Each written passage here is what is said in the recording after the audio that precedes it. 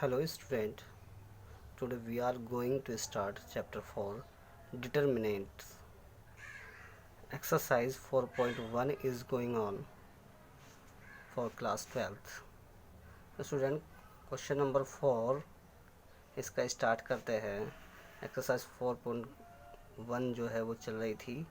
Question number 4 है, if A matrix है equals to 1 0 0 0 1 0 1 2 4, then show that determinant 3a equals to 27 into determinant a.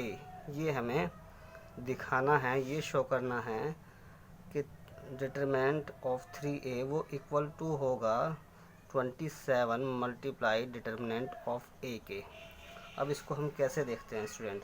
तो a कोई matrix है, इसमें मैंने 3 की मल्टीप्लाई करी 3a. तो इस मैट्रिक्स में मैं 3 की जब मल्टीप्लाई करूँगा, मैंने यहाँ 3 रखा है, तो इसकी हर एक एलिमेंट में मल्टीप्लाई हो जाएगी. 1 में 0 में 1 में ये आ गया, 0 में 1 में 2 में ये आ गया, 0 में 0 में 4 में ये आ गया. अब जब ये 3a मैट्रिक्स 3a की वैल्यू ये आ गई, अब मैं इसका डिटर्मिनेंट फाइंड करता हूँ. तो इसके लिए मुझे क्या करना है, इस 3a को दो वर्टिकल लाइन के बीच में रख दूँगा. और ये जो मैट्रिक्स है स्क्वायर मैट्रिक्स, यानी कि ये जो स्क्वायर ब्रैकेट है, इसे दो वर्टिकल ब्रैकेट में चेंज कर दूँगा. तो ये डिटर्मिनेंट 3a की वैल्यू हो गई. अब मैं क्या करता हूँ, ये r1 है और ये r2 है और ये r3 है. r1 में से 3 में कॉमन ले लिया, इसमें से 3 कॉमन लेता हूँ तो 1 0 1. इसी तरह से r2 में से भी मैं 3 कॉमन लेता हूँ. तो जब मैं 3 इसमें से कॉमन लूँगा, 0 यहाँ से कॉमन लिया जाएगा, 1 आ जाएगा और 3 2 जा 6 हो जाएगा. कॉमन का मतलब डिवाइड होता है. इस r3 से भी मैंने 3 कॉमन लिया, तो 3 से 0 को डिवाइड करोगे 0, इस 0 को 3 से डिवाइड करोगे 0, 12 को 3 से डिवाइड करोगे 4. अब गौर से अगर हम देखते हैं, ये जो वैल्यू है ये डिटर्मिनेंट ए की वैल्यू है. अगर हम क्योंकि ऊपर दे रखा है ए मैट्रिक्स, अगर इसे डिटर्मिनेंट फाइंड करना हो तो केवल वर्टिकल लाइन के बीच में ही लिखेंगे. तो ये डिटर्मिनेंट ए की वैल्यू हो गई. अब 3 3 जा 9, 3 जा 27, तो ये 27 आ गया. तो डिटर्मिनेंट 3a चल रहा था, डिटर्मिनेंट 3a की वैल्यू आ गई 27 इंटू डिटर्मिनेंट ए. स्टूडेंट इसमें यही करना था. क्वेश्चन नंबर 3 भी सेम बिल्कुल यही है, वो 2x2 की मैट्रिक्स है, उसे आप खुद कीजिएगा. अब हम क्वेश्चन नंबर 5 स्टार्ट करते हैं. क्वेश्चन नंबर हमारा 5 है, इवैल्यूट द डिटर्मिनेंट. ये डिटर्मिनेंट दे रखी है एक 3/3 की, 3 0 3 -1 0 -5 -2 -1 0. अब इसकी मुझे वैल्यू फाइंड करनी है, इसको इवैल्यूएट करना है. तो मैं क्या करूँगा, इसको एक्सपेंड करूँगा. और एक्सपेंड करने के लिए इसे रो 1 के अलोंग, रो 2 के अलोंग, रो 3 के अलोंग, या फिर C1 के अलोंग, C2 के अलोंग, C3 के अलोंग, यानी कि या तो रो के अलोंग या कॉलम के अलोंग एक्सपेंड कर सकते हैं. मैंने यहाँ एक्सपेंड किया है R1 के अलोंग. R1 यानी रो 1 के अलोंग, जो रो 1 है उसके अलोंग एक्सपेंड किया है. तो ये जो फर्स्ट एलिमेंट है इसको मैं एज इट इज़ लिखूँगा और इसकी रो और इसका कॉलम को नेगलेक्ट करने के बाद इस 0 की 0 में मल्टीप्लाई, 0 0 मल्टीप्लाई 0, फिर माइनस का साइन बीच में लगा देते हैं. -5 की 1 में करेंगे, 5 1 जा 5 यानी +5, बीच में माइनस का साइन होता है.